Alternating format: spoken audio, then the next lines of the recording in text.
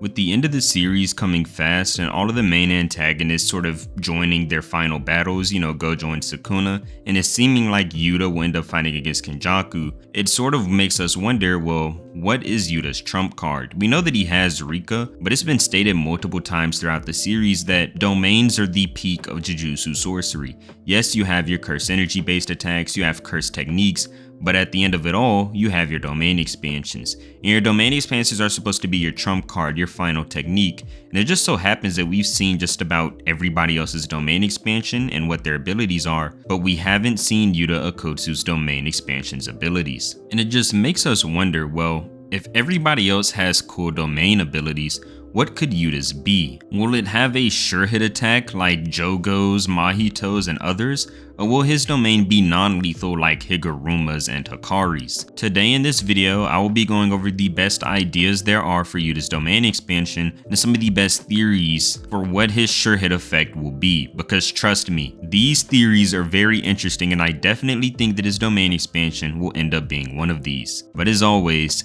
thank you for watching. Domain expansions are described as being the culmination of a Jujutsu battle. After seeing Megumi expands his, Reggie says, "I didn't think he was a sorcerer on this level." It's because even though we know there are curse techniques and curse energy traits or just, curse energy in general, having a domain expansion is supposed to be something of the highest level. In the fan book, it says that domains are called the culmination of a Jujutsu battle because it can be said that a domain expansion equals the end. The way Gojo describes domain expansions are environments constructed with curse energy that are brought about through a curse technique, which is even more clarified in the fanbook by saying that domains are an innate domain imbued with a curse technique and that it is the act of embodying with curse energy. Now that is the important part. It says that domains are imbued with the person's curse technique.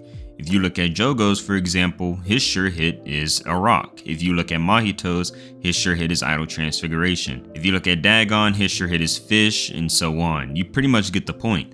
Everybody's sure hit is what their curse technique is. But the thing is, Yuta's curse technique is taking other people's curse technique. So if your domain expansion is supposed to be the embodiment of your curse technique, the actualization of your curse technique in a physical form, well, how do you actualize the ability to copy other people's curse techniques? Well, this takes us to idea number 1 of what Yuta's domain expansion is. And the idea is that whenever Yuta opens his domain expansion, he is able to use all of the curse techniques that he's copied in the past, but they're all sure hits. So for example, right now, one of these sure hit techniques would be Uro skybending. So while you're trapped in Yuta's bubble of a domain expansion, you would be subjected to skybending attacks like the icebreaker that Uro was able to hit Yuta with a couple times throughout their fight. This also means that he would have Drew Shikigami technique as a sure hit, and although the Shikigami don't seem too powerful, they do seem annoying, which is honestly good enough considering that domains are the culmination of all of these techniques.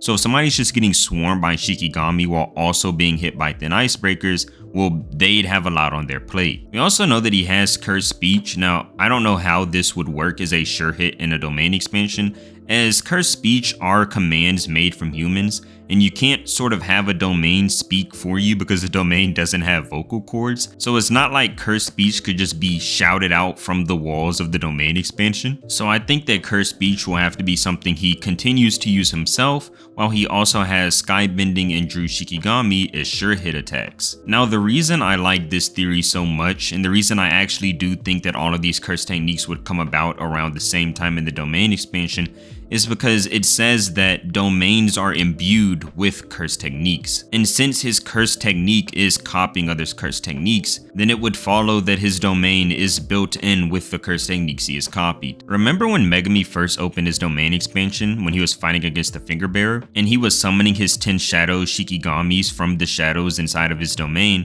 and he had different types like Nue, the frogs, and even a shadow clone of himself? Just imagine if it was Yuta's domain expansion, but instead of 10 Shikigami techniques, he had his different curse techniques that he already owns coming from the walls of his domain expansion. Now, this was just the first idea or theory for Yuta's domain. Another theory that I also think is pretty good is the theory that whenever he opens his domain against you, he uses your domain expansion. Now, on its own, that sounds crazy, right? But the theory isn't that he is literally opening your exact domain expansion. But say if your domain is like Dagon's, where you have a fish sure hit, Yuta will now have the fish as a sure hit within his domain expansion. So you're essentially getting hit with what you would have hit Yuta with. And the only major problem with this domain expansion, for example, is that it might be weaker than the other theory in the sense that if the person whose domain you're copying has an inferior curse technique, then your domain expansion would be weaker than the other theories where you have your own curse techniques. So say right now Yuta has Drew Shikigami and Uro Skybending, but say if he fights Dagon and now with this theory he has Dagon's fish as his sure hit. Dagon's fish would actually be a downgrade than just having Drew Shikigami and Uro Skybending, because don't get me wrong, Dagon's sure hit technique is pretty powerful, but when it comes down to whether you'd only have Dagon's fish as your sure hit or you would rather have Skybending and Drew Shikigami, you would rather have Skybending and Drew Shikigami. Now, either way, the person should be screwed, right? Like, a sure hit is a sure hit, but that doesn't mean that all sure hits are equal. Say, for example, Dagon's domain, he was only able to take off Naobito's arm, and even Nanami was able to withstand some of the sure hit. Now, to be fair to Dagon was only focusing 30% of the sure hit to Nanami and 70% to Naobito. But for the simple fact that they were able to survive so long while being hit with the fish just makes me believe the fish are inferior to other sure hits like Gravity from Kenjaku's domain or Limitless from Gojo's or even Idle Transfiguration. Like, those three are just examples of sure hits that you're just so screwed against that having those three sure hits would just not even compare to having the fish from Dagon's domain expansion. Not saying the fish are weak, but if you had to choose between having Idle Transfiguration or Piranhas from Dagon's domain, I think the choice is pretty clear. Which brings us to the third theory for what Yuta's domain is, and can you believe it, this theory entails nothing. Now, not nothing is that he doesn't have a domain expansion, but nothing in the sense that all he gains are the physical amps from a domain expansion. And the way this theory works is that since he doesn't have one solid curse technique, the domain basically wouldn't be able to choose, or he wouldn't have something to imbue his domain with. So instead, he just create the barrier out of curse energy and just gain the physical amps from it. Now, this theory leads to a domain expansion that deviates from the norm of the other domains in the sense that since it won't have a lethal sure hit, it will just be a non-lethal domain, sort of similar to Higuruma and Hikari's. Now, this domain actually would pretty much fit Yuta. It's not like he can't use curse techniques in a domain expansion, so the domain would just fit as an environment where he gains physical stat amps, which would be perfect for Yuta, as like Gojo says, the person does get a buff like in video games, and the fanbook says that the user's attributes also increase. So it's just basically Yuta, but with, imagine this, even more stats. Like, he already has a lot of curse energy to amp his body and attacks with, but now he would have even more. And it's just sort of insane to think about a faster, stronger Yuta, already knowing how fast Yuta is, and he would still be able to use all of the curse techniques he has now. For example, he should still be able to use curse techniques like Curse Speech and Skybending, but within a non-lethal domain expansion, it would be up to him to actually go hit the opponent because there would be no lethal sure hit, which an upgrade in curse energy or just attributes as a whole would be great for Yuta's character, as we know how curse energy affects the body. We see when Geto is actually fighting Yuta in Volume 0, whenever Yuta is getting a bunch of curse energy, Geto tells him there's a strong passion you've never felt before. Your body is coursing with curse energy, an increase in physical ability, and an almighty feeling. Your 5 senses are finely tuned.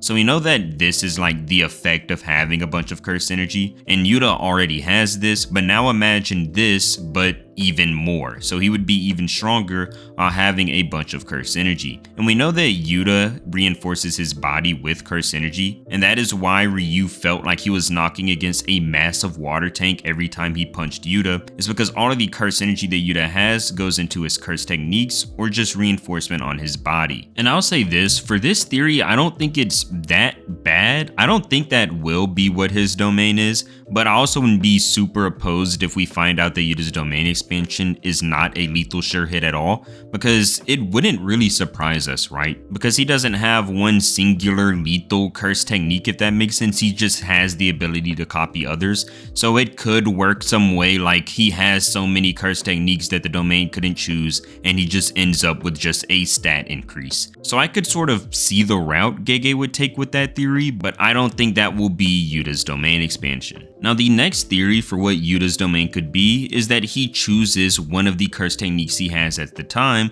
to be the lethal sure hit. And that is actually one of the better theories I've heard. You know, it would make sense maybe depending on the opponent that you would choose Uro Skybending going into this fight, or you would choose Drew Shikigami as the sure hit for this one. I feel like the ability to choose gives us more variety whenever it comes to fighting, as we do know that Yuta is the epitome of variety in a fight, so going into a domain clash, it would make sense that his variety would follow in the domain battle as well. And it could also lead to a better outcome. If you think about it, maybe the Shikigami and the Sky Manipulation get in the way of each other. So instead of having all of the techniques you've copied just coming out at the same time, say if you just focus it all on the skybending for this one, you could just imagine a cluster of thin icebreakers hitting your opponent, so there's really just no escape for the sorcerer. Or on the other hand, you could have Drew Shikigami this time against an opponent, and they would just be getting swarmed with a bunch of Shikigami the entire fight, and there's just nowhere to go. So I just do feel like this ability to choose would fit better because you don't have any curse technique conflict within the domain battle. You would just have whatever technique you choose to overwhelm the opponent, which could lead to a better outcome. Now, the last theory I'm going to cover, this is honestly the most out there theory, and even though it is out there, it's not completely out there, but I just want to warn you before I say the theory, just take this with the biggest grain of salt you can imagine. So I'll just go ahead and say it, and you can sort of get where I'm getting at once I tell you. In Viz's translation, they say that Rika is Yuta's curse technique, and the ability to copy other curse techniques is Yuta's curse technique. You can sort of see where I'm going with this. If Rika is Yuta's curse technique, then when he opens his domain expansion, what if it's just multiple Rikas? Now, yes, remember, grain of salt on this one, because multiple Rikas is an insane domain expansion, but it's not like extremely crazy. You could say it's crazy for sure, yeah, but it's not too crazy because Rika is referenced as his curse technique.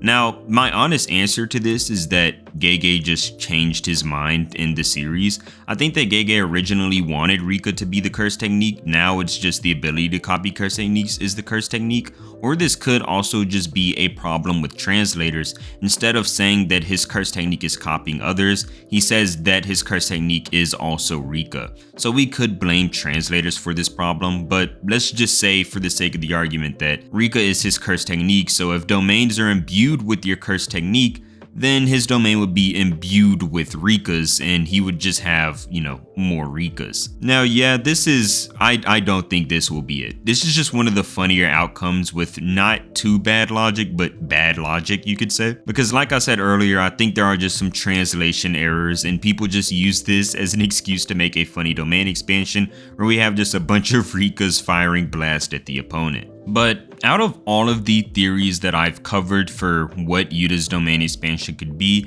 you know, looking at Reddit forums, some of my own theories, or just what I've heard you guys say, my best bet is that his domain has one or two things. It probably either has the ability to just use all of the curse techniques that he has copied himself before. Remember how I said he could have Drew Shikigami moving on the left side while he has Uro Skybending just shooting thin icebreakers on the right side, and then you could even have Yuta himself in the middle shouting with cursed speech, you know, that conglomeration of cursed techniques just all being inside his domain expansion.